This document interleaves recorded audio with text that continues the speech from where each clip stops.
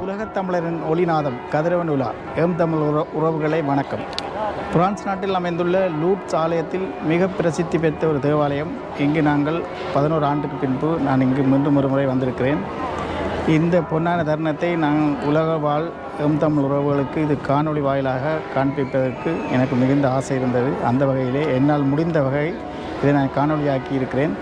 அதை இந்த ஆலயத்துக்கு வர முடியாதவர்கள் எல்லாம் வல்ல இந்த லூர்த் அன்னையின் அருள் கடாட்சத்தை பெற்றுவிக்கும் வண்ணம் நான் இந்த காணொளியை உங்களுக்கு சமர்ப்பிக்கின்றேன்.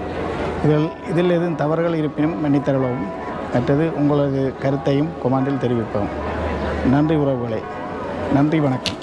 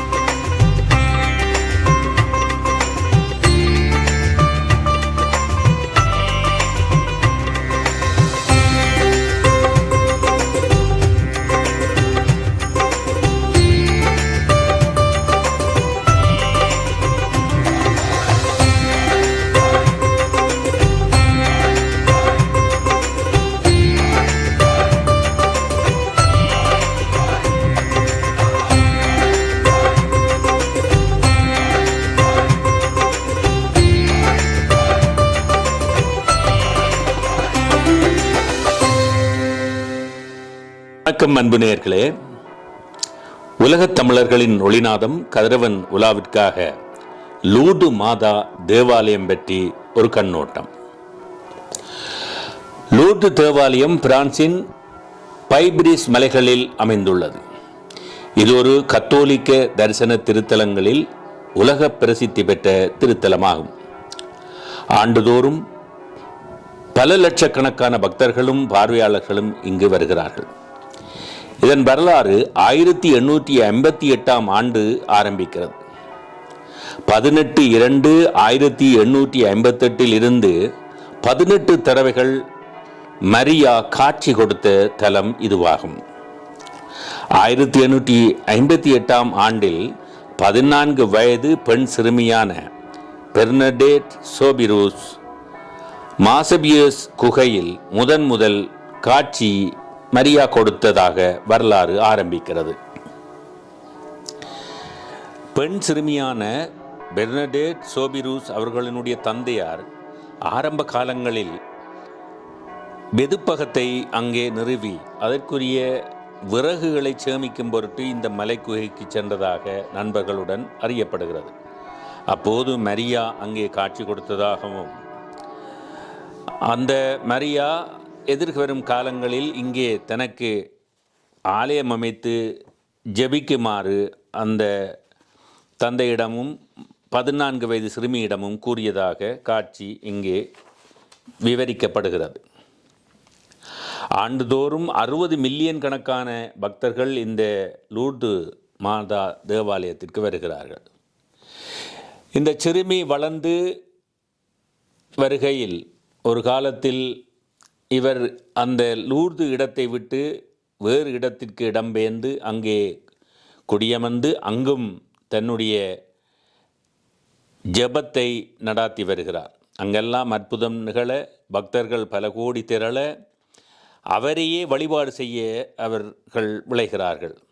அப்போது அந்த சிறுமியாக இருந்த அந்த பெண் சொல்கிறாள், நான் ஒரு தும்புத்தடியே அன்றி உங்கள் குடும்பங்களில் இருக்கிற அழுக்குகளை களைவதற்காக வந்தவள்.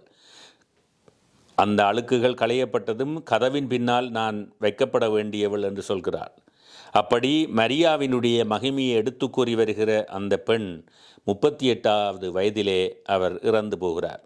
இறந்ததன் பின்னால் அவருடைய சமாதி வைக்கப்பட்ட இடத்திலும் பல்வேறு அதிசயங்கள் நிகழ்வதாக இப்போதும் மக்கள் அங்கே சென்று பார்த்து வருகிறார்கள். அந்த பெண்ணினுடைய சமாதி வைக்கப்பட்ட இடத்தை தோண்டி நீண்ட காலத்திற்கு பின் பார்க்கையிலும் அவள் அணிந்திருந்த ஆடைகளும் அவருடைய உடலும் சேதமில்லாமல் இருப்பதாகவும் இப்போதும் அந்த உடலை சென்று பார்க்கக்கூடிய அளவிலே அந்த உடல் சிதிலமடையாமல் இருப்பதாகவும் அங்கே பக்தர்கள் சொல்கிறார்கள். அது மட்டுமல்ல, ஆரம்ப காலத்தில் அங்கே நீர்நிலை இல்லாத காலங்களில் அந்த சேறு அங்கே அந்த இடத்தை சுற்றி இருந்ததாகவும் அந்த சேரை எடுத்து அந்த பெண்ணானவள் உடலிலே பூசிக்கொள்கிறாள் என்கின்ற அந்த நிலையிலே அவர் ஒரு மனநிலை பாதிக்கப்பட்டவராகவும் அதனால் அவர் சொல்லுகின்ற கருத்துக்களை கேட்க வேண்டாம் என்று ஒரு காலத்திலே அவர் சிறைச்சாலையிலே அடைக்கப்பட்டதாகவும் அந்த சிறைச்சாலையிலேயே மாதா காட்சி கொடுத்ததாகவும் வரலாறுகள் எடுத்து எம்புகின்றன. அன்பான உறவுகளே, இப்போதும் அங்கே இருக்கின்ற அந்த நதிநீரை எடுத்து உடல் நலம் குன்றியவர்கள் தங்கள் உடலிலே பூசுகிற பொழுது உடல் நலம் பெறுகிறார்கள் என்கின்ற அந்த ஐதீகத்தின் அடிப்படையிலே எங்களுடைய தமிழர்களும் லூர்து மாதாவுக்கு மத வேற்றுமைகள் களைந்து அங்கே சென்று வழிபாடு செய்து வருகிறார்கள். அத்தோடு அங்கிருந்து அந்த புனித நீரை எடுத்து வந்து தங்கள் இல்லங்களில் வைத்து தங்களுடைய நோய் பிணி அகல்வதற்காக அந்த நீரை பயன்படுத்தி வருகிறார்கள் என்பது குறிப்பிடத்தக்கது. முக்கியமாக எங்களுடைய இந்து கலாச்சார மக்கள் அனைத்து மதத்தையும் உள்வாங்கியவர்கள் என்கின்ற அடிப்படையில் பலரும் ஆண்டுக்கு ஒரு முறையேனும் லூர்து மாதாவுக்கு புலம்பெயர் தமிழர்கள் சென்று வருகிறார்கள் என்பது குறிப்பிடத்தக்கது. நன்றி. வணக்கத்திற்குரிய அந்த லூர்து மாதாவின் திருப்பாதம் பணிந்து கதிரவன் உலாவுக்காக உங்களில் ஒருவன் செல்வரட்னம் சுரேஷ். நன்றி, வணக்கம்.